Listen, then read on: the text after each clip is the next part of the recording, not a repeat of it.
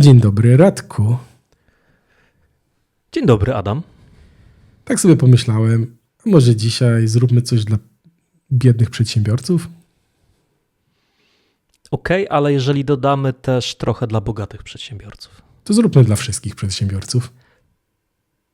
W dzisiejszym odcinku porozmawiamy o tym, jak zadbać o prezencję w sieci.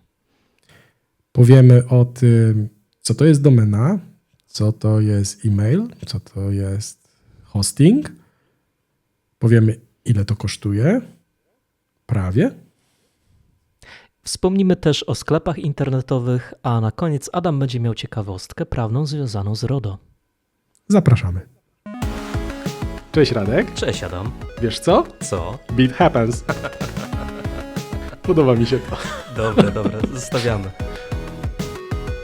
Wiesz co, jechałem ostatnio samochodem i moim oczom ukazał się duży dostawczak.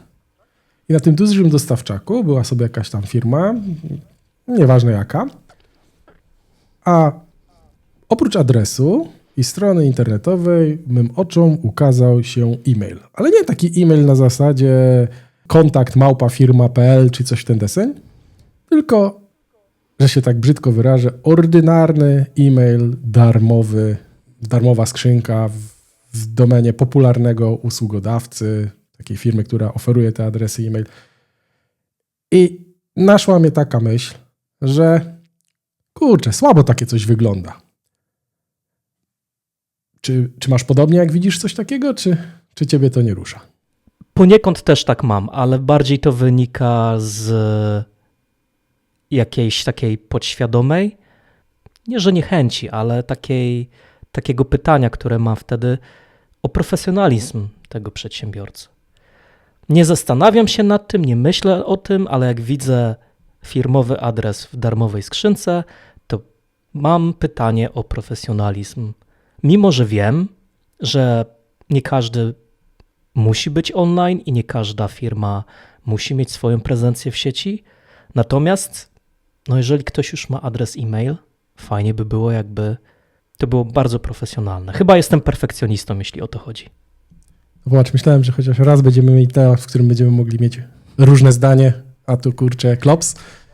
Mam bardzo podobnie, ale ja chyba jeszcze bardziej jestem tutaj zradykalizowany i uważam, że brak takiej własnego adresu, brak własnego maila, własnej strony internetowej, która koreluje nazwą co do nazwy firmy albo działalności, jaką się prowadzi, czy coś w ten deseń, to już wygląda to słabo, tym bardziej, że nie jest to ani jakoś specjalnie technicznie skomplikowane, ani nie jest jakoś specjalnie drogie i tak naprawdę ciężko mi wymyśleć dlaczego. Czy to jest z niewiedzy, czy to jest z obawy przed finansami, czy po prostu nie wiem z jakiego innego powodu. Ale może odczarujmy ten temat trochę w tym odcinku i opowiedzmy o tym, jak to naprawić. Co ty na to? Bardzo chętnie. Odczarujmy wszystkie mity związane z prezencją w sieci. Zastanówmy się, dlaczego może niektóre firmy czy niektórzy przedsiębiorcy nie zwracają na to uwagi. I jeżeli chodzi o to, co powiedziałeś na samym początku, że mógłby to być jeden odcinek, gdzie się nie zgadzamy, może ja będę w tej bardziej roli takiej wyrozumiałej w tej kwestii, ponieważ uważam, że jeżeli świadczysz usługi i one są dobre, choćbyś zaszył się w lesie, to ludzie wydeptają ścieżkę do ciebie. Więc mam bardzo takie liberalne podejście do tego tematu. Natomiast nie ukrywam, jeżeli już widzę na furgonetce czy na jakimś vanie adres e-mail, to gdzieś tam ta pierwsza reakcja, ta instynktowna jest podobna do twojej.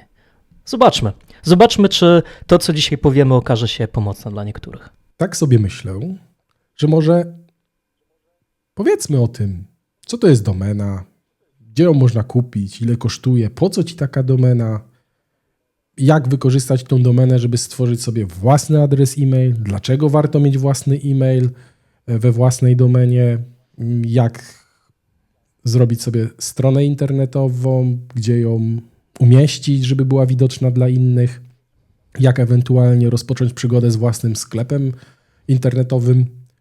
Jak ci się podoba taki plan? Czyli domena, hosting, certyfikat i sklep i adres e-mail w pigułce. Dokładnie. Bardzo mi się to podoba. A jeżeli jesteś przedsiębiorcą, słuchaj nas uważnie, żeby to wszystko poznać. Zapraszamy.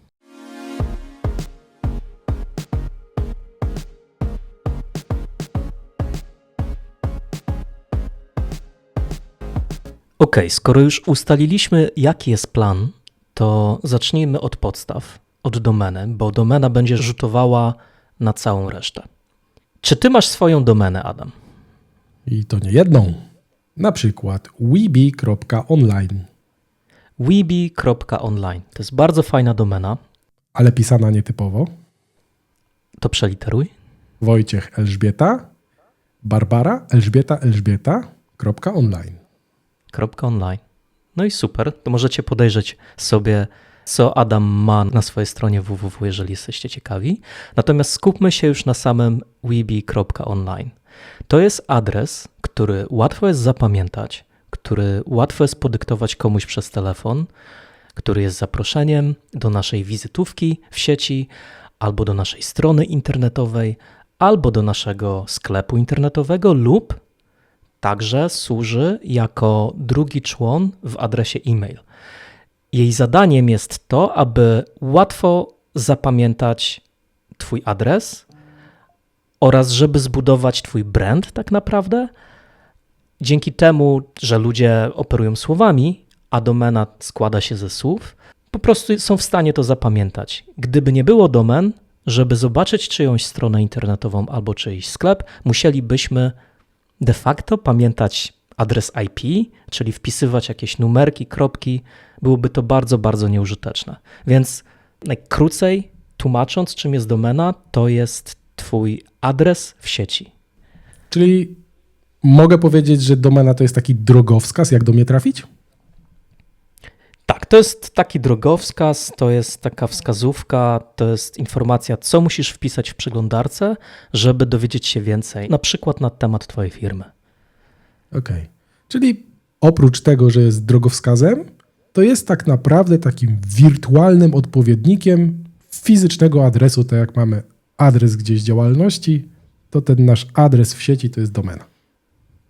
Dokładnie. I teraz, kontynuując wątek domeny, Adam, co trzeba zrobić, żeby stać się właścicielem takiej domeny? Jak z większością rzeczy, żeby stać się właścicielem czegoś, trzeba to kupić. Gdzie zacząć? Gdzie szukać tych targów domen?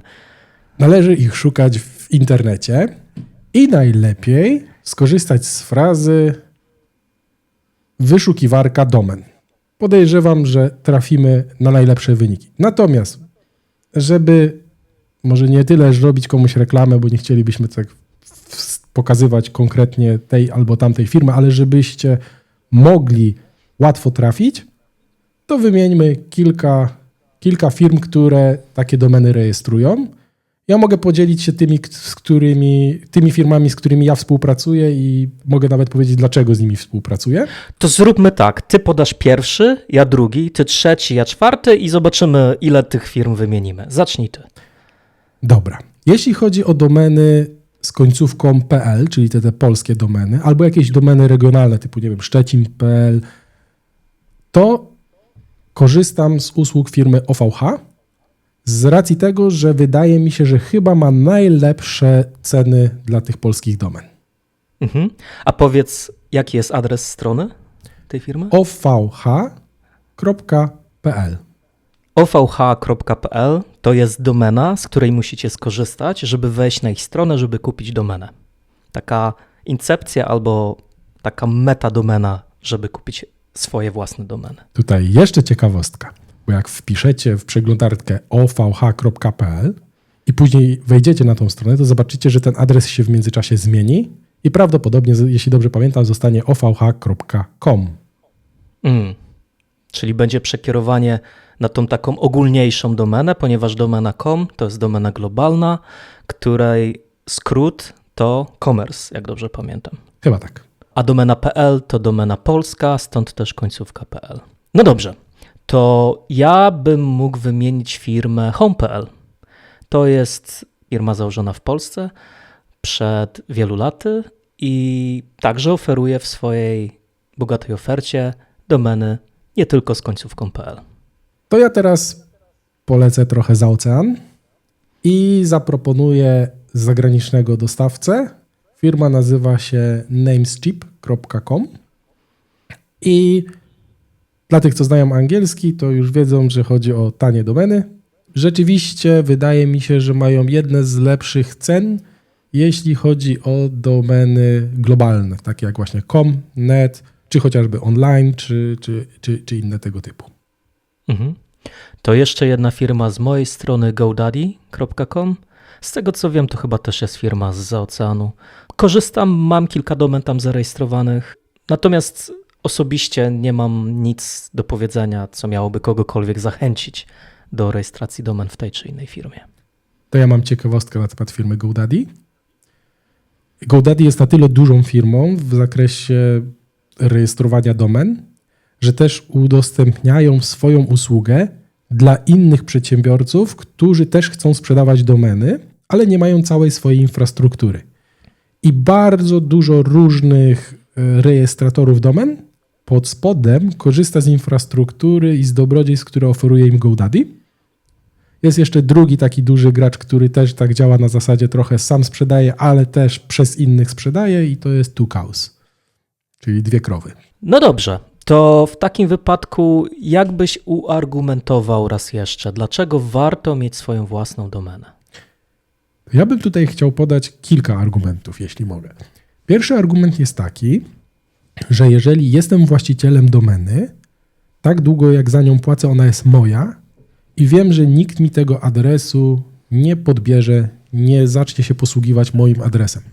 I nawet jeżeli zmienię swoją stronę, tak, na jakąś inną, to dalej mogę użyć tego samego adresu.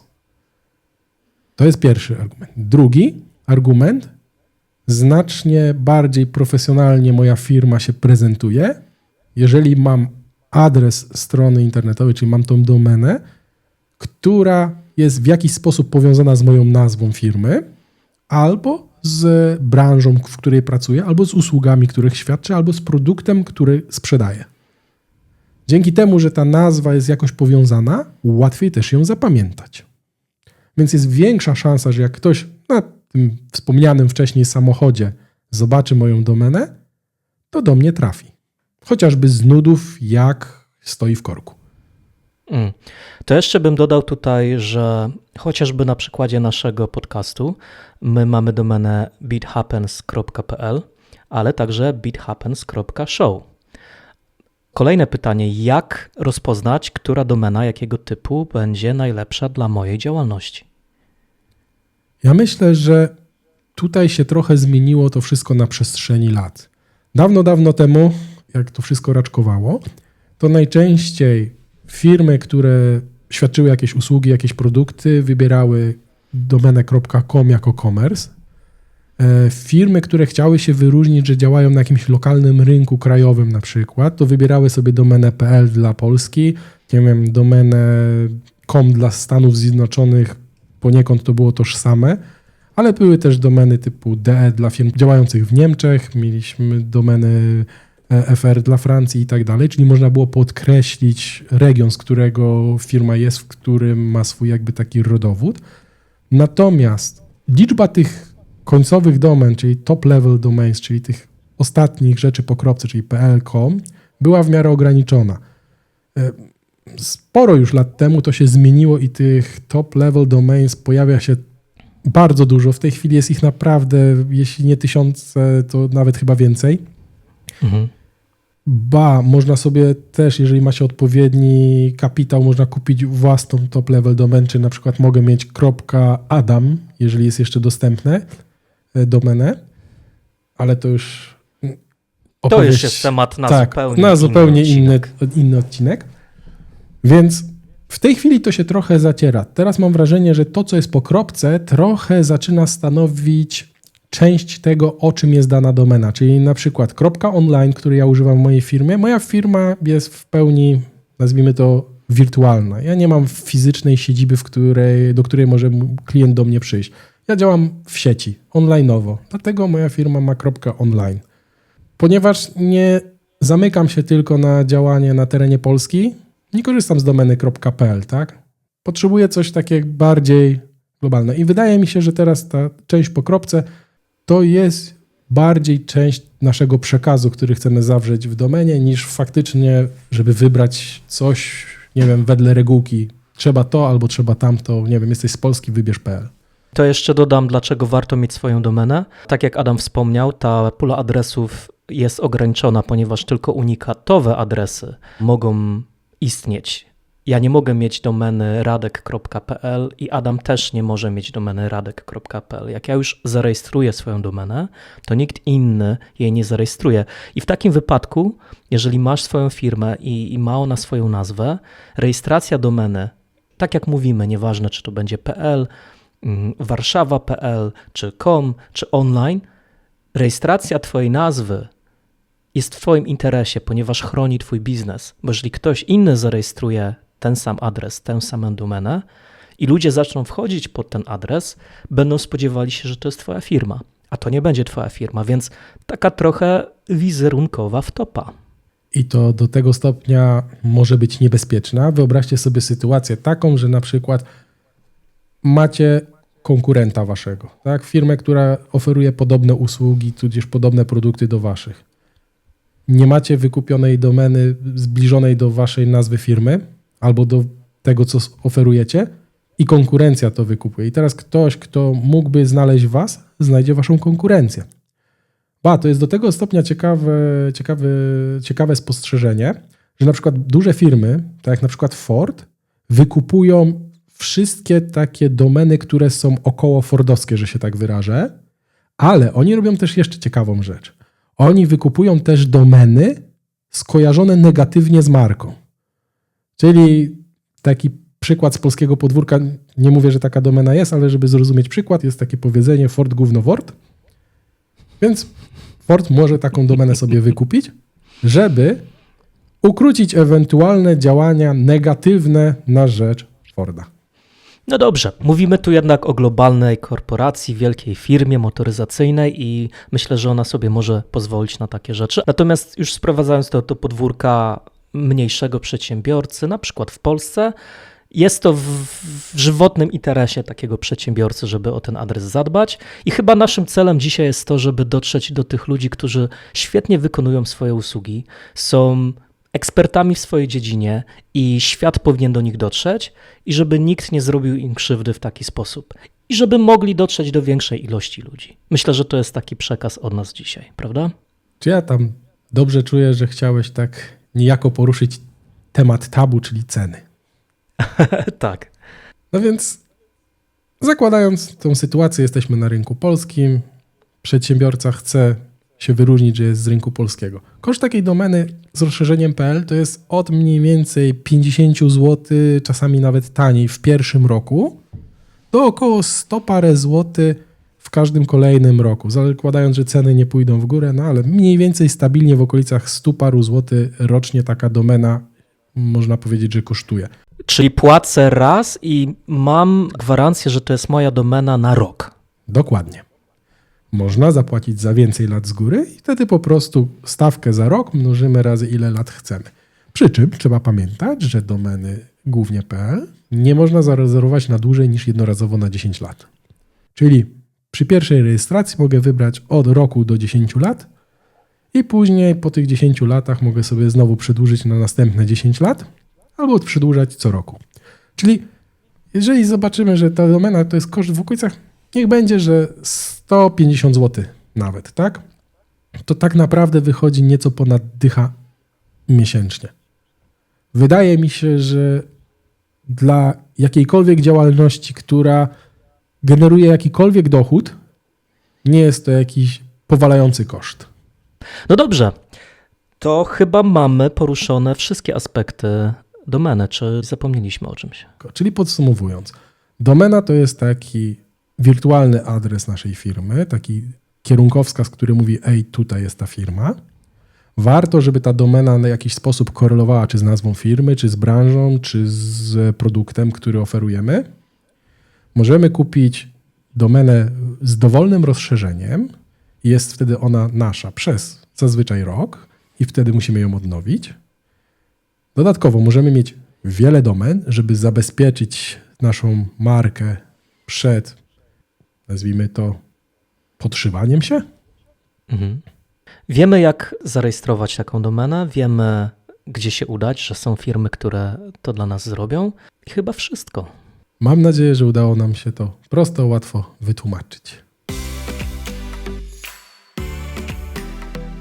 Tak sobie myślę, jak jechałeś tym samochodem i ta furgonetka przejechała z tym adresem e-mail, powiedziałeś, z darmowej skrzynki.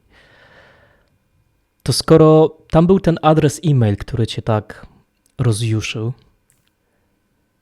to wyjaśnijmy może, co to jest adres e-mail, czy skrzynka pocztowa, elektroniczna skrzynka pocztowa. Jak byś to wyjaśnił? Najtrudniej jest wyjaśnić rzeczy proste. Żeby nie powiedzieć, e-mail jest e-mailem, to wyobraźmy sobie w ten sposób, że 100 lat temu, jak chcieliśmy się z kimś skontaktować na jakiś większy dystans, pisaliśmy odręcznie list, najczęściej na jakiejś ładnej papeterii, pakowaliśmy to w kopertę, nadawaliśmy, czekaliśmy x czasu, aż goniec na koniu dojedzie do następnej wsi, miasta czy gdzie. Gołąb dostarczy ponad polami i lasami. Dokładnie, więc to trwało i ten list wreszcie lądował u naszego odbiorcy.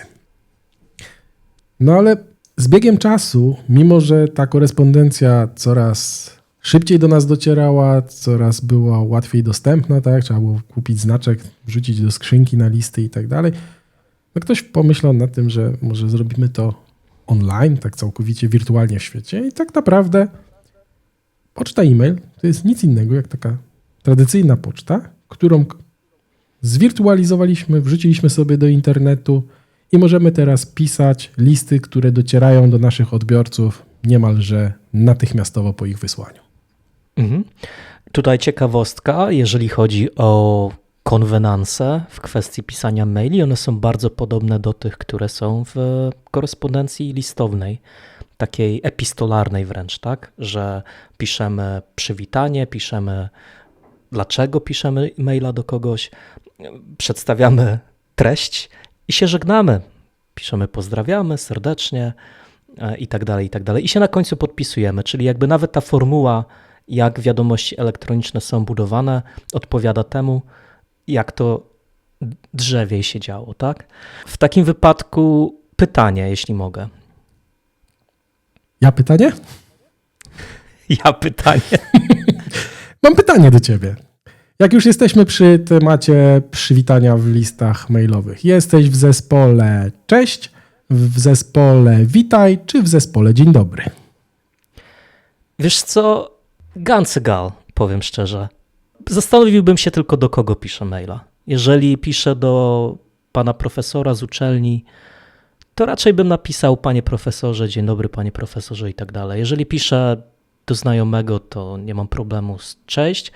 Znam w języku polskim tę regułę, że się nie pisze witaj, ponieważ wita gospodarz nas w swoim domu, kiedy do niego przychodzimy, a pisząc do kogoś maila, to my jesteśmy gośćmi w czyjejś skrzynce odbiorczej, więc to witaj nie do końca pasuje, czy witam. Natomiast nie mam z tym problemu, nie jestem purystą językowym w tej kwestii. A jak jest u ciebie, skoro zapytałeś? A ja zawsze pod prąd. Więc ja zawsze piszę witam. Jesteś z teamu witam, to wiemy. Dokładnie. Dobrze, to to wyjaśniliśmy, czym jest skrzynka pocztowa, czym jest adres e-mail, a w takim wypadku co to znaczy mieć własny e-mail? Jak to zrozumieć? Co to znaczy, że ten pan czy ta pani, oni korzystali z darmowego e-maila, a my teraz mówimy, musisz mieć własny e-mail. Co to znaczy, Adam? Tu pozwól, że spróbuję to wytłumaczyć na analogii. Większość ludzi w Polsce mieszka raczej w blokach. I w bloku wiszą skrzynki na listy. No i teraz wyobraźcie sobie sytuację, że jeżeli chcecie dostać list, to listonosz wrzuca go do tej waszej konkretnej skrzynki. Natomiast jeśli wrzuci przez pomyłkę do innej skrzynki, to jest duża szansa, że tego listu nie dostaniecie, albo nie wiem, on wyląduje w zwrotach, chyba że sąsiad was zna, to może wam go podrzuci do waszej skrzynki.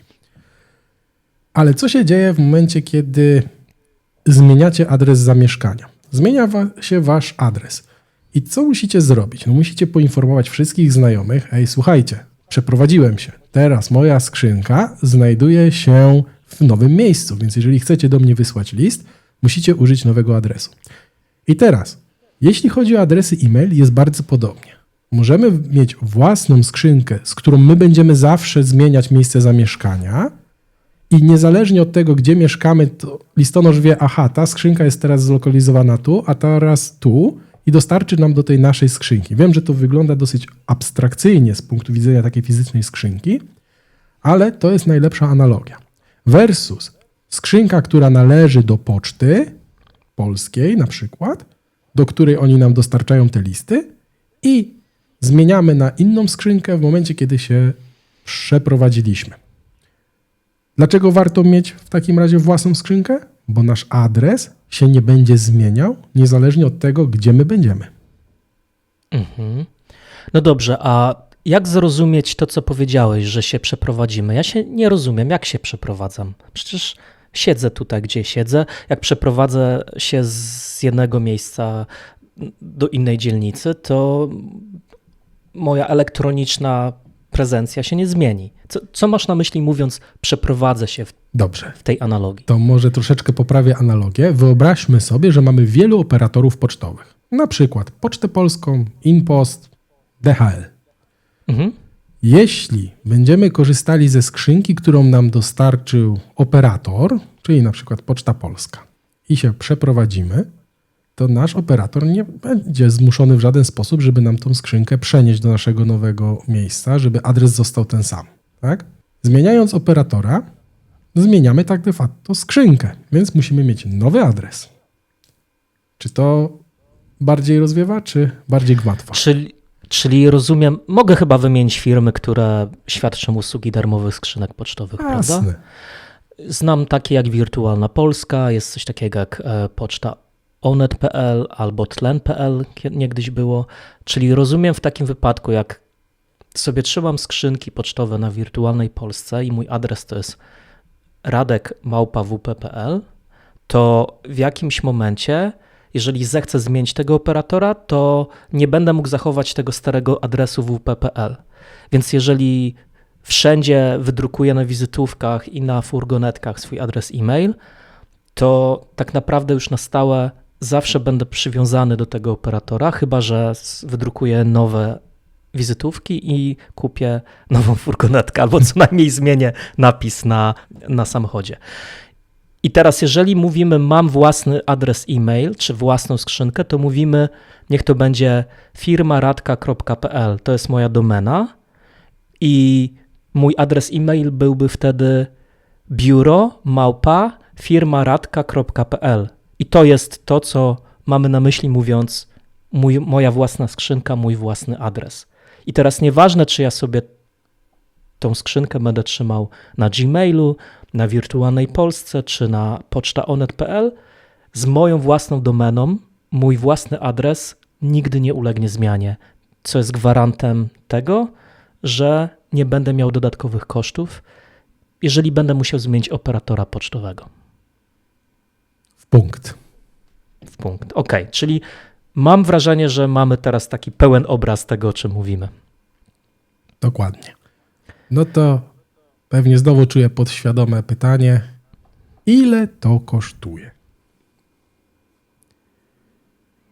W zależności od tego, jakiego operatora tej skrzynki pocztowej sobie wybierzemy, te koszta mogą być różne. I nie mam zielonego pojęcia, ile u różnych operatorów kosztuje, natomiast mogę się podzielić tym, ile to kosztuje u chyba największego globalnego operatora skrzynek pocztowych i poczty w ogóle, czyli firmy Google. Mhm. W momencie, kiedy kupujemy sobie płatną skrzynkę pocztową w Google'ach, która daje nam dokładnie to wszystko, to co darmowa, plus jeszcze parę innych rzeczy, o których też zaraz powiem, Koszt taki jednostkowy skrzynki miesięcznie to jest w okolicach 60 zł. Też zależy od tego, jaki pakiet sobie wybierzemy. Ale powiedzmy, że taki pakiet dla firmy, który spełni wszystkie potrzeby większości małych, średnich, a nawet i niektórych większych firm, to jest w okolicach 60 zł miesięcznie. Ale mnie nie pytaj, czy netto, czy brutto, nie pamiętam. Mhm. No ja niestety też nie mam tutaj szczegółowych informacji, mogę się oprzeć o to, z czego sam korzystam, a korzystam też z Gmaila. Korzystam też z Outlooka. Kiedyś miałem takie szczęście, że założyłem skrzynkę pocztową we własnej domenie na Outlook 365, ta skrzynka była darmowa. Tuż po tym, jak ją założyłem, Microsoft wycofał się z darmowej skrzynki i są teraz tylko płatne, więc mam swój własny adres prywatny w swojej własnej domenie na Outlooku i płacę 10 funtów miesięcznie, więc te koszta są bardzo podobne. To może rozwijmy trochę temat, bo adres e-mail to nie jest tylko coś, co musimy kupić oddzielnie. Często firmy oferują nam adres e-mail w pakiecie z innymi rzeczami. I teraz to, co powiedziałeś o Office 365, o Outlooku 365, to jest fajny przykład na to, że można tak jakby ustrzelić dwa gołębie jednym kamieniem. To jest usługa, którą można kupić razem z całym pakietem Office'a, który tak de facto bardzo często w firmie jest potrzebny. Nie chcę teraz strzelać, bo dawno już nie korzystałem z tej oferty, ale swego czasu, gdy korzystałem z oferty, miałem możliwość posiadania poczty własnego adresu we własnej domenie na serwerach Microsoftu, czyli Microsoft był moim operatorem poczty. Oprócz tego dostałem od nich cały pakiet Office'a, który mogłem w firmie wykorzystywać. I cenowo wcale to nie było jakoś wybitnie dużo. Tam w okolicach pewnie coś w okolicach 100 parunastu złotych za użytkownika na miesiąc. Ale dostawałem cały ekosystem. Warto też takie opcje rozważyć. Jak już jesteśmy przy pakietach, to możemy popatrzeć teraz na pakiet Google'a, który co prawda Office'a jako takiego nie daje, ale jeżeli korzystacie na przykład z dokumentów Google'a, to macie je już w takim pakiecie, tak de facto w cenie tego maila, ale macie też na przykład dysk sieciowy Google Drive, na którym możecie bezpiecznie trzymać jakieś swoje dodatkowe dane. I co jest fajne, w tych płatnych skrzynkach zazwyczaj tej ilości miejsca na dane macie znacznie więcej. Mhm. Bardzo słuszna uwaga, a plus jeszcze dodałbym do tego, że te wszystkie firmy, które wymieniliśmy wcześniej, które świadczą usługę rejestracji domeny internetowej, także bardzo często mają w swojej ofercie skrzynki pocztowe. I ta reguła będzie dotyczyła również tematów, które poruszymy za chwilę. Chyba możemy zamknąć temat skrzynki pocztowej. Co myślisz? Myślę, że na chwilę obecną możemy zamknąć, chociaż ten temat jest dalej mocno niewyczerpany.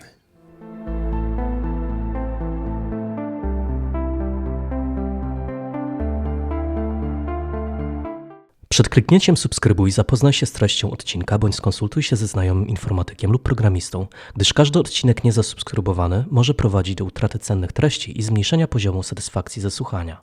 Mamy kupioną domenę. Mamy własny adres e-mail. Czego ci brakuje do tego, żeby w pełni twoja firma zaistniała w sieci? Brakuje mi czegoś, co by dało moim potencjalnym klientom szansę zapoznania się z moją ofertą bez konieczności tego, że ja im wyślę odpowiedź na ich wiadomość. Czyli brakuje mi strony www.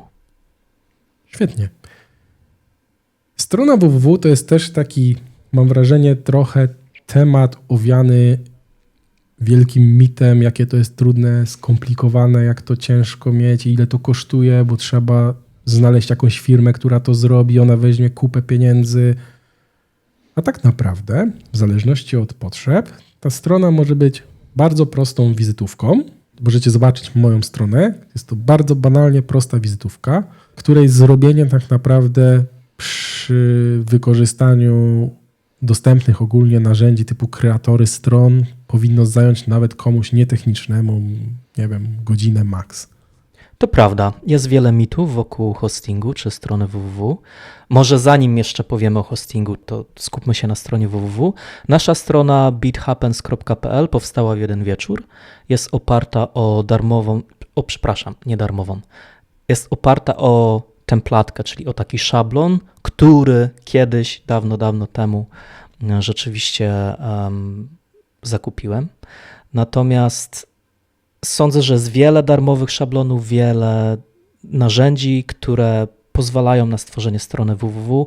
Są kreatory www, które w bardzo prosty sposób taką wizytówkę pozwalają stworzyć i nic, moim zdaniem, nie jest wymówką na to, żeby takiej strony nie mieć, jeżeli prowadzi się działalność. Jedynie co jest potrzebne, to trochę czasu i chęci. Natomiast jeżeli zna się korzyści wynikające z tego, że co strona internetowa daje twojej firmie, to i ten czas, i te chęci powinny się znaleźć. Więc może pytanie do ciebie, Adam. Po co jest strona www potrzebna komuś, kto prowadzi działalność gospodarczą? To taką pierwszą odpowiedzią, którą bym udzielił, to jest tak naprawdę nic innego jak forma lejka sprzedażowego. Czyli szeroki dostęp do informacji o tym, czym jest moja firma, co robię, dlaczego to robię, gdzie to robię, jak można się ze mną skontaktować, jak można kupić moje usługi, produkty. To jest pierwsza rzecz. Druga rzecz, jest to tak naprawdę bardzo istotna część całego brandingu, czyli całego tego wizerunku naszej firmy. Nie tylko tego stricte w internecie, ale tego też poza internetem, typu reklama na samochodzie, wcześniej już wspomniana, czy nie wiem, na billboardach, na ulotkach, na wizytówkach. Czyli tak naprawdę jesteśmy jakby bardziej profesjonalni, mając własną stronę. A gdybym ci powiedział, że mam swój firmowy profil na Facebooku i nie potrzebuję strony www, to co byś mi powiedział? To bym ci powiedział, że jest duża szansa, że sporo klientów do ciebie nie trafi. Chociażby ja na stronę na Facebooku nie dotrę, nie mam konta na Facebooku, nie używam Facebooka, jestem przeciwnikiem w ogóle Facebooków, mediów społecznościowych i bym nie trafił. Czy w takim wypadku strona www jest zastępstwem Facebooka, czy powinienem usunąć swoje konto firmowe, jak już stworzę swoją wizytówkę? Na pewno nie jest zastępstwem. Nawet bym nie powiedział, że jest uzupełnieniem, bo te dwie rzeczy są tak de facto z siebie nawzajem uzupełniają. Okej. Czyli dalej można docierać do swoich klientów, często stałych klientów przez Facebooka, natomiast strona www jest zupełnie w innym celu. Pozwala przedstawić ofertę. Jest niezależna od Facebooka, prawda? Jeżeli Facebook zaliczy jakąś topę i zwinie swoje żagle, co zdarzało się w przeszłości, nawet w przypadku dużych firm, takich jak MySpace, co wtedy zrobimy? Też zwiniemy swoje żagle? Chyba nie jest to zbyt dobry sposób na to, żeby się utrzymać na rynku. Bardzo się cieszę, że poruszyłeś ten temat, bo on troszeczkę nawiązuje do naszej wcześniejszej rozmowy o domenie. W momencie, kiedy jesteśmy właścicielami domeny i mamy własną stronę i mamy jakiegoś operatora, który nam tą stronę utrzymuje na zasadzie takiej, że z jego serwerów ta strona frunie do przeglądarek naszych klientów, to nawet jeżeli ten operator polegnie w boju, zbankrutuje, zamknie się, dla nas nie jest to problemem, żeby przenieść tą stronę do innego operatora i zachowujemy ciągłość działania naszej strony. Dlatego to jest dosyć ważne, żeby korzystać z rozwiązań w pełni niezależnych od operatora. Czyli jeżeli tworzę sobie stronę internetową w jakimś kreatorze, warto wybrać taki kreator, który wypluwa tą stronę, którą mogę wgrać gdzieś na serwer, a nie jest stricte powiązany z tym operatorem, że działa tylko z tym konkretnym operatorem. Czyli warto zadbać, czy sprawdzić, czy jeżeli już stworzysz nawet bardzo prostą stronę, poświęć 5 minut, nie więcej, czy łatwo możesz przenieść to, co zostanie stworzone na inny serwer albo w inne miejsce. Jeżeli tak, to prawdopodobnie jest dobry wybór. No dobrze. Pamiętasz czasy, kiedy strony www nie były zabezpieczone certyfikatem SSL? Oczywiście, że pamiętam. Ja nawet pamiętam czasy, jak część stron www była na komputerze nazywanym serwerem, mieszczącym się u mnie w biurku. No dobrze, to spróbujmy wyjaśnić teraz, co to jest certyfikat SSL, jak on wpływa na działanie twojej strony i dlaczego ważne jest, aby taki certyfikat był także zainstalowany czy dodany do twojej strony www. To ja bym chciał tutaj pokrętnie zacząć od odczarowania mitu, że posiadanie zielonej kłódeczki w adresie powoduje, że wasza strona jest bezpieczna. Certyfikat, o którym Radek wspomniał, to jest takie narzędzie kryptograficzne, które szyfruje komunikację, jaka się odbywa między waszą przeglądarką a serwerem, na którym jest umieszczona strona internetowa. I on zapewnia tylko to, że po drodze między serwerem a waszą przeglądarką nikt nie jest w stanie podsłuchać, co wy tam na tej stronie robicie. Może obejrzeć sobie, jaki adres strony wpisaliście, ale nie może obejrzeć żadnej zawartości, która z tej lub z tej strony jest przesyłana. Czyli albo co wy wysyłacie do strony internetowej, albo co strona internetowa wysyła do was. Czyli certyfikat odpowiada za zabezpieczenie połączenia między waszą przeglądarką a serwerem, na którym jest strona. Czyli jak wchodzę na twoją stronę, Adam, i tam masz formularz kontaktowy i podaję swoje dane, numer telefonu, adres e-mail i zapytanie, na przykład: Panie Adamie, mam tutaj problem, czy mógłby mi pan pomóc, albo mam pomysł, czy mógłby pan mi pomóc go zrealizować, to widząc, że w adresie twojej strony jest HTTPS, czyli to S od secure, jest znakiem tego, że certyfikat jest używany na twojej stronie, to znaczy tylko i wyłącznie tyle, że jak kliknę w przycisk wyślij, to te informacje, które wpisałem w formularz, będą zaszyfrowane. Czyli nikt tego nie podsłucha po drodze, nikt się nie dowie o moich planach. Wszystko bardzo dobrze, z jednym małym ale. Na mojej stronie nie ma formularza kontaktowego. Nie trafiłem. No dobrze, czyli podsumowując, hosting to jest twoje miejsce, na którym wrzucasz pliki strony www. Oczywiście strona www może być mniej lub bardziej złożona. Może to być prosta wizytówka, może to być pełna oferta, może to być galeria wykonanych prac, galeria produktów i tak dalej. Może to być sklep internetowy, o którym porozmawiamy za chwilę. Natomiast może to być też prosta wizytówka stworzona w kreatorze www. I hosting to jest to miejsce, na którym ta strona jest zapisana i jest dostępna online dla wszystkich 24 godziny na dobę, 7 dni w tygodniu. Myślę, że wyczerpaliśmy temat w pełni. To jeszcze podsumuj proszę o certyfikacie SSL. Tak. Certyfikat SSL to nie jest magiczny środek na to, że wszystko jest bezpieczne. Jest to tylko i wyłącznie gwarant tego, że nasza komunikacja między przeglądarką a serwerem jest zaszyfrowana i tylko my znamy treść tego czegoś, co idzie, i tylko odbiorca, czyli firma, której stronę oglądamy, zna treść naszej komunikacji. Może jeszcze dodajmy jakąś taką informację o tym, z jakimi kosztami można się mierzyć w przypadku i hostingu, i samego wykonania strony, i certyfikatu. Dobry pomysł. No więc tu jak zwykle to zależy. Wszystko zależy od tego, gdzie będziemy chcieli wykupić hosting, kto nam zrobi tą stronę, jak duża będzie ta strona, co ona będzie w sobie zawierała.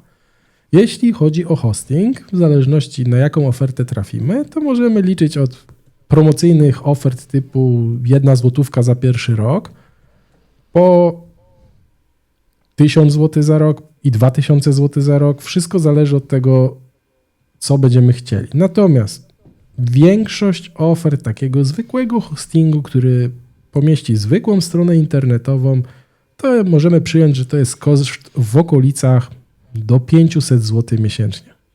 Często razem z takim hostingiem dostajemy też pocztę e-mail, więc wtedy nie miesięcznie? Przepraszam, rocznie. Mhm. do około 500 zł rocznie. Często dostajemy, tak jak mówiłem, pocztę e-mail w pakiecie. Często też można w pakiecie kupić hosting razem z domeną. Więc możemy przyjąć, że taka przeciętna wizytówka, która tam nic specjalnego nie robi, to jest koszt w okolicach 500 zł rocznie. Mhm. Czyli zbudowaliśmy taką piramidkę. Zaczęliśmy od domeny internetowej, z którą de facto wiele nie zrobimy, bo to jest tylko sam adres. Pod tę domenę możemy podpiąć skrzynkę pocztową, żeby komunikować się z innymi poprzez internet. A jeżeli nadbudujemy jeszcze bardziej, dokładamy kolejny klocek, to jest hosting, który będzie trzymał naszą stronę www i oferty są różne. Od darmowych rozwiązań po koszt wielkości 500 zł rocznie i więcej. Jak to mówią Amerykanie, sky is the limit. Tu skupiamy się głównie na bardzo prostej wizytówce, tak żeby to było w miarę bezobsługowe, żeby nie trzeba było o tym myśleć. To jest mniej więcej koszt w okolicach 500 zł rocznie. No i jeśli chodzi o ceny certyfikatów, to tutaj jest fajnie, bo się zaczyna od 0 zł i mniej więcej do takiej prostej wizytówki powiedzmy 100-200 zł rocznie to jest maks, co trzeba byłoby zapłacić. Warto wspomnieć, że w przypadku wybrania tego pakietu usług u jednego dostawcy bardzo często zarządzanie skrzynkami pocztowymi, hostingiem, certyfikatem odbywa się bardzo automatycznie. Czyli jeżeli kupimy taki pakiet, bardzo często po prostu dostajemy już w pakiecie wszystko i to wszystko działa. Jeżeli zdecydujemy się na wybór, że kupujemy certyfikat tam, gdzie jest najtaniej, gdzie indziej hosting, gdzie indziej domenę, może się okazać, że ta konfiguracja, połączenie tych usług między sobą będzie technicznie trochę bardziej skomplikowana. Tak jak mówisz. Coś jeszcze? Z mojej strony wszystko. Fajnie.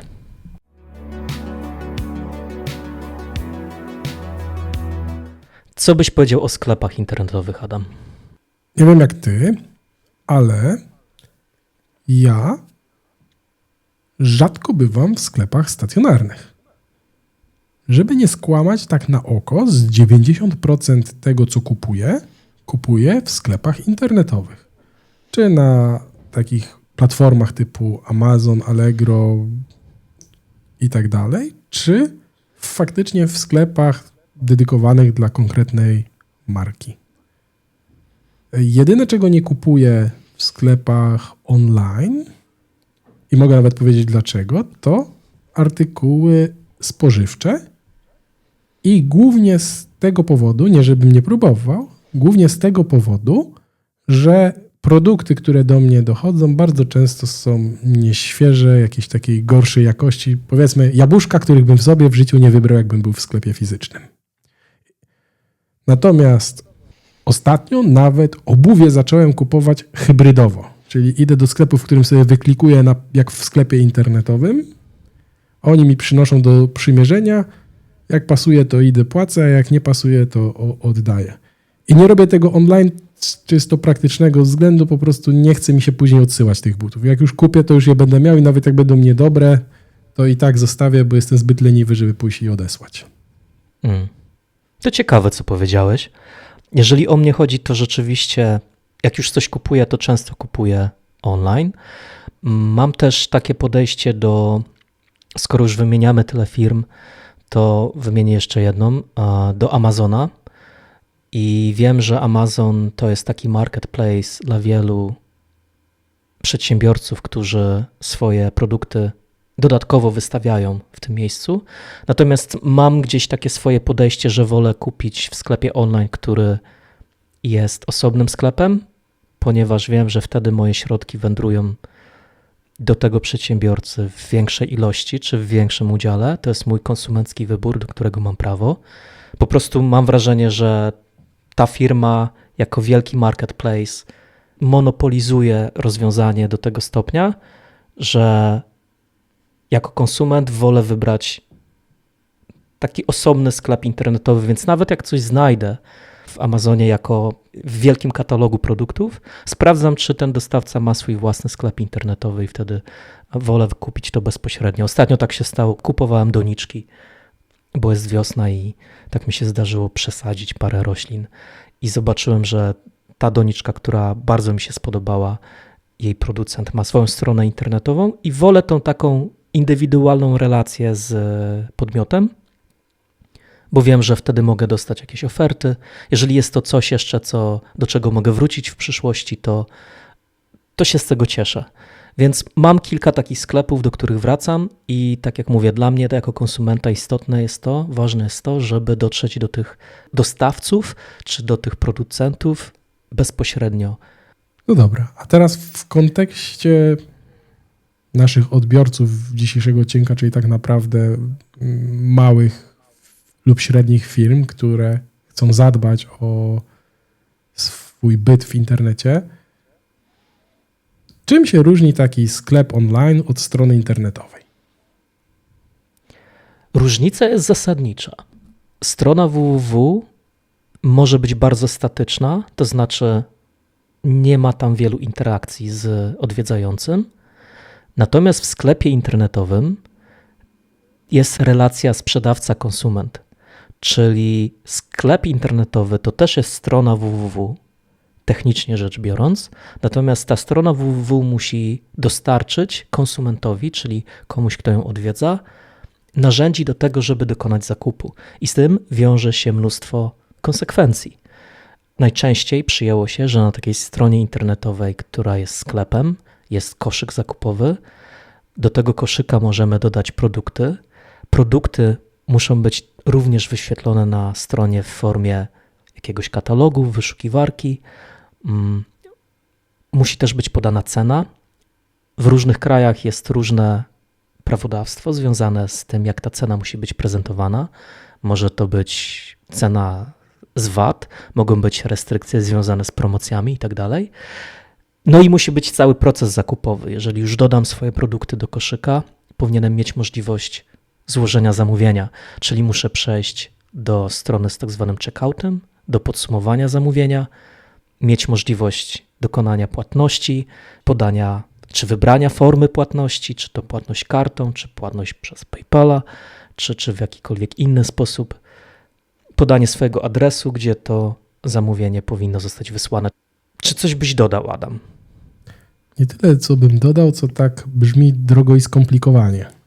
Czy uruchomienie sklepu internetowego to jest coś, co taki przedsiębiorca jest w stanie zrobić samodzielnie? Czy to jest jednak coś, gdzie będzie potrzebna pomoc, nazwijmy to, profesjonalisty? Odpowiem twoją ulubioną odpowiedzią. To zależy. Teoretycznie i praktycznie jest możliwe utworzenie sklepu internetowego, który dostarcza te wszystkie funkcje bez specjalistycznej wiedzy. Są duzi gracze i mniejsi, duże firmy i mniejsze, które chcą ten proces maksymalnie uprościć po to, żeby móc zarobić oczywiście. I są to płatne sklepy internetowe w tak zwanej formule SaaS, czyli zakładacie konto, podajecie dane firmowe, dodajecie produkty poprzez intuicyjny panel do konfiguracji tych produktów, ustalacie ceny, dodajecie formy płatności. Istnieje szereg takich formalności, które mogą być trudne, ale raz jeszcze to nie jest jakaś ekspercka wiedza techniczna, bo może być konieczna umowa z dostawcą płatności, którą po prostu trzeba podpisać, przeczytać, podpisać i zaakceptować i tak dalej, i tak dalej. Według mnie każdy, raz jeszcze, kto ma czas i jest zdeterminowany, może uruchomić swój sklep internetowy bez dodatkowej wiedzy technicznej. Schody pojawiają się wtedy, kiedy potrzebujemy czegoś nieszablonowego i wtedy być może ta wiedza ekspercka będzie konieczna.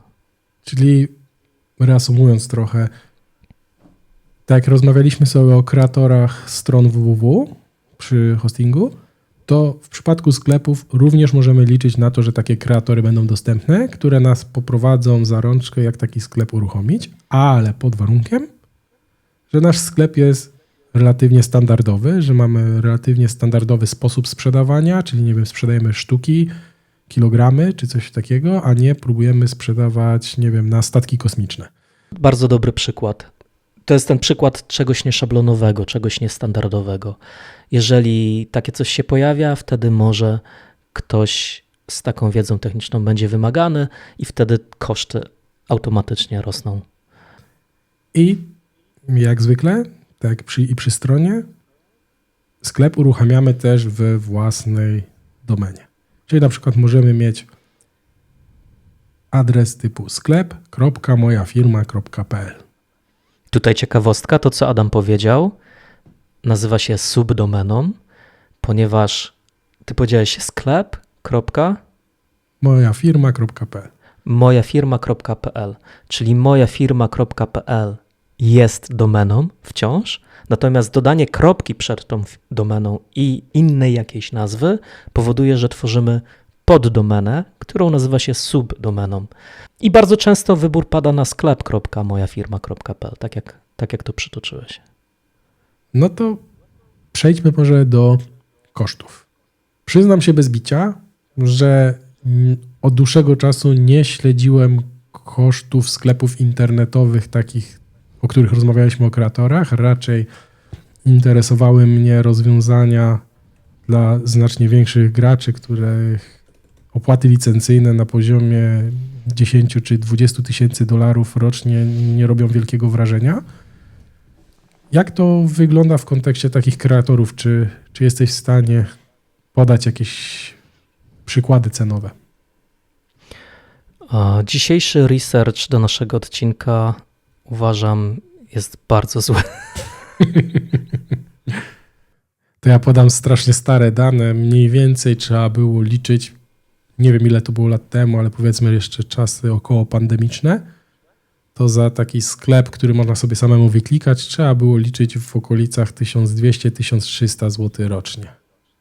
Żeby tak mniej więcej może tylko powiedzieć. Ja nie prowadzę sklepu sam, więc może nie mam tych informacji z pierwszej ręki, ale z takiego doświadczenia, które mamy obydwaj, są rozwiązania darmowe na przykład. One często wiążą się z tym, że trzeba być także posiadaczem swojego hostingu, czyli jeżeli już mamy stronę www, często mamy już hosting, możemy znaleźć darmowe rozwiązania sklepowe, które da się zainstalować na tym hostingu i jakby nie płacimy więcej za sklep internetowy niż to, co już płacimy za hosting, domenę i tak dalej. Natomiast są też rozwiązania w modelu SaaS, płaci się na przykład miesięcznie $30, czyli to byłby koszt około 100 zł miesięcznie, czyli zgadza się to z tym, co ty powiedziałeś, tak? Czyli od 1000 zł wzwyż rocznie. Natomiast ja bym chciał tutaj zwrócić bardzo uwagę, szczególnie dla małych przedsiębiorców, którzy dopiero zaczynają, dla tych wszystkich jednoosobowych firm, które próbują jakoś zaistnieć na rynku. Jeśli zdecydujecie się na rozwiązanie takie darmowe, które musicie sami sobie zainstalować, musicie mieć ten serwer i policzycie czas, który spędzacie na ustawianiu tego, konfigurowaniu tego, aktualizowaniu, dbaniu o te sprawy czysto techniczne, niezwiązane w ogóle ze sprzedażą, z produktami, same technikalia pod spodem, to jest duża doza prawdopodobieństwa, że to rozwiązanie końcowo będzie wielokrotnie droższe niż skorzystanie z gotowego sklepu. Nawet jeśli ten gotowy sklep nie ma wszystkich funkcjonalności, które potrzebujecie, prawdopodobnie i tak nadal na koniec dnia będzie tańszy niż taki, który będziecie samodzielnie musieli administrować. To tak ku przestrodze, że się tak wyrażę. Podsumowując tą myśl, jest takie angielskie pojęcie total cost of ownership, czyli całkowity koszt posiadania czegoś. Warto sobie przeanalizować obydwa schematy. Co będzie taniej, co będzie drożej.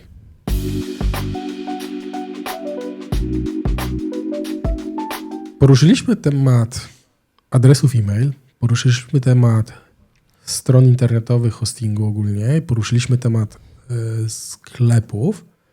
Ja bym chciał jeszcze ugryźć taki temat, czysto prawny tego wszystkiego. Mianowicie, w Polsce bardzo szerokim echem weszło jakiś czas temu, 5 czy 6 lat temu, bo to szybko czas leci, RODO, czyli powszechnie znane jako RODO, to jest tak naprawdę GDPR, czyli General Data Protection Act, jeśli dobrze pamiętam rozwinięcie skrótu, czyli tak naprawdę prawo mówiące o tym, w jaki sposób, jakie dane osobowe wolno przetwarzać. No i teraz chciałbym tutaj poruszyć bardzo ważny temat w kontekście czy to poczty e-mail, czy stron www, czy sklepów. Zacznijmy może od tego, co wydaje mi się, że jest bardzo niezrozumiałe, to czym są dane osobowe.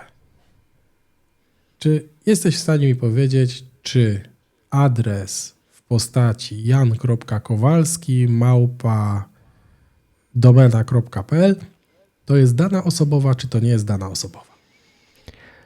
Wiesz co, z tego, o ile dobrze pamiętam i z tego co rozumiem, dana osobowa to jest to, co może nas identyfikować jako osobę. Czyli adres IP na przykład, adres mojego komputera nie jest daną osobową, bo to są tylko liczby nic nie mówiące nikomu, poza tym, że jest to adres IP. Natomiast dla mojego operatora sieciowego, który może mnie zidentyfikować, ponieważ on mi nadał ten adres IP, to już jest dana osobowa, bo jestem identyfikowalny. Czy dobrze rozumiem? Bardzo dobrze rozumiesz, więc ogólna definicja danych osobowych to jest taki zbiór danych, takie dane, po których jesteśmy w stanie zidentyfikować konkretną osobę, konkretną jednostkę z małym zastrzeżeniem, bez udziału nadmiernych środków. Czyli powiedzmy, weźmy adres IP. Dla ciebie jako dla Radka adres IP to są numerki. Bez udziału środków jesteś w stanie zawęzić ten adres IP do tego, kto jest operatorem. Czyli na przykład stwierdzisz, nie wiem, UPC, Orange, cokolwiek. Ale konkretnej osoby w 99% przypadkach nie ustalisz na podstawie adresu IP. I tak jak wspomniałeś, twój operator internetu na podstawie numeru IP swoich klientów jest w stanie zidentyfikować od razu. W związku z tym dla operatora adres IP będzie daną osobową, dla twojej małej firmy taką daną osobową nie będzie. Ale twoje pytanie było inne. Czy adres jan.kowalski@mojafirma.pl jest daną osobową, jeżeli dobrze pamiętam? I tu zależy. Wyjaśnij. Podchodząc do tego tematu z definicji, którą przed chwilą sobie ustaliliśmy. Jeżeli adres jan.kowalski w domenie mojafirma.pl jest, tak? To jestem w stanie wejść na tą stronę mojafirma.pl i zobaczyć, co to za firma. Może się nawet okazać, że jest to firma należąca do Jana Kowalskiego. Jeżeli nawet nie należy do Jana Kowalskiego, mogę ustalić dokładne dane tej firmy, tak? Adres i tak dalej. Więc mogę powiedzieć, to jest adres e-mail należący do Jana Kowalskiego, pracującego w tej firmie. Czyli automatycznie, bez udziału jakichś nadmiernych środków, byłem w stanie powiedzieć, to jest ten konkretny człowiek. Może nie wskazać go palcem ten, ale powiedzieć, ten Jan Kowalski z tej firmy. Wystarczająco, żeby jednoznacznie zidentyfikować, no chyba, że tam pracują sami Jani Kowalscy i jest ich 50. No dobrze, to teraz dlaczego ten temat RODO i dlaczego ta dana osobowa ma znaczenie w temacie domen, hostingu i sklepów internetowych? Wydaje mi się, że w kontekście domen niezbyt mocno, aczkolwiek może się okazać, że domena będzie daną osobową. Natomiast ja bym chciał tutaj wszystkich uczulić bardzo w kontekście poczty e-mail, bo mam wrażenie, że jest to temat, który nigdzie nie wybrzmiał w mediach i wydaje mi się, że mało osób ma pełną świadomość tego. Otóż, jeżeli macie adres e-mail w domenie pocztaonet.pl, WP, czyli te wszystkie darmowe adresy e-mail, jestem skłonny się założyć, że jeżeli używacie go do celów biznesowych, tak, związanych z działalnością gospodarczą, związanych z biznesem, to nie macie podpisanej umowy o powierzenie przetwarzania danych osobowych, gdzie taką umowę jesteście zobowiązani posiadać zgodnie z przepisami RODO. Dlaczego? Ponieważ, jak już pokazaliśmy, sam adres e-mail może być daną osobową, więc jeżeli ktoś do was wyśle z adresu jankowalski@mojafirma.pl maila, to już chcąc nie chcąc przetwarzacie jego dane osobowe. Jeżeli teraz te dane osobowe wysyłacie do firmy X, niech to dla przykładu będzie Onet, tak? Bez podpisania wcześniej umowy z tą firmą na powierzenie przetwarzania danych osobowych, dopuszczacie się naruszenia przetwarzania danych osobowych.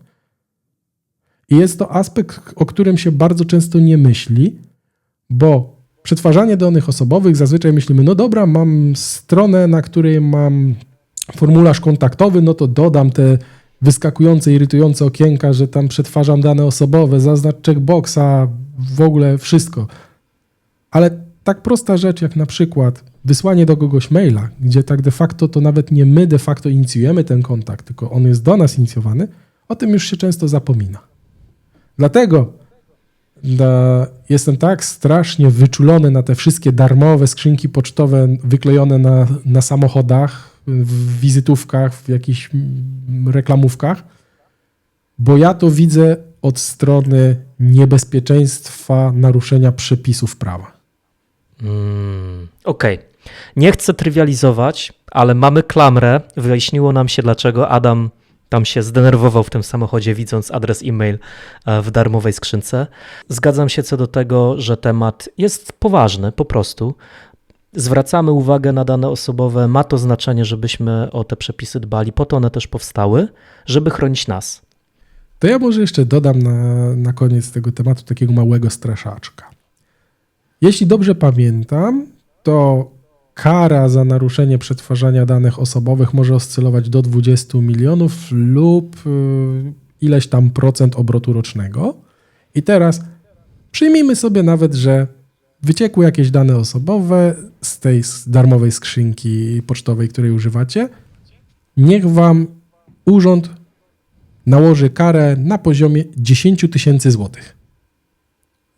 Wydaje się bardzo dużo w kontekście do tego, że gdybyście mieli skrzynkę, w której podpisaliście taką umowę, prawdopodobnie urząd mógłby wam dać niższą karę, bo przynajmniej próbowaliście dopełnić obowiązków RODO. Czyli teraz porównajmy 60 zł za skrzynkę versus nawet kara na poziomie 1000 zł. Warto to rozważyć w swoim serduszku, każdy indywidualnie i masowo rzucić się na rejestrację skrzynek pocztowych. Ale słuszna uwaga. Dzięki Adam za podzielenie się tym, bo tak jak wspominałeś, nie jest to common knowledge, nie jest to taka wiedza powszechna. I tutaj przechodząc teraz płynnie do hostingu, do sklepów internetowych, mamy sytuację bardzo podobną. Również przetwarzamy dane osobowe i o ile mamy własne rozwiązanie, o którym rozmawialiśmy, to my musimy w pełni pomyśleć o tym, jak zaimplementować wszystkie, nazwijmy to, niezbędniki do tego, żeby zadbać o te dane osobowe. Natomiast w momencie, kiedy kupujemy gotowca, taki sklep na zasadzie, który możemy sobie wyklikać, najczęściej o te wszystkie aspekty przetwarzania danych osobowych producent tego sklepu już zadbał. Bardzo często ma on już z klucza przygotowaną umowę na powierzenie przetwarzania danych osobowych, więc tak naprawdę mamy wszystko dostarczone. Bardzo często ten producent też dostarczy nam tak jakby uzupełnienie do naszych dokumentów odnośnie RODO.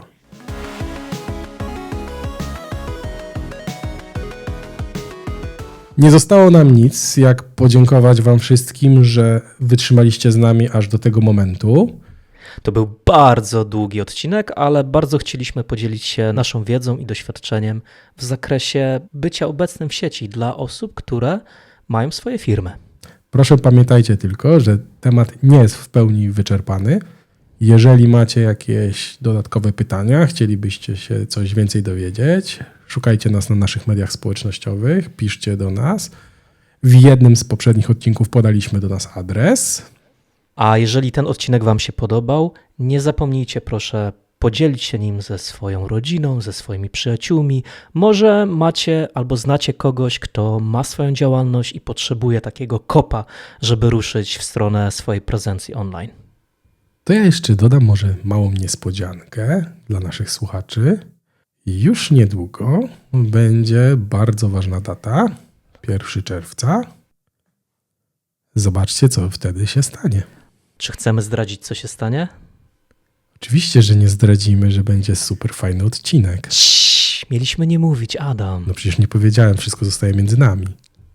Okej, było bardzo miło. Zapraszamy Was do kolejnego odcinka już niedługo. Do usłyszenia.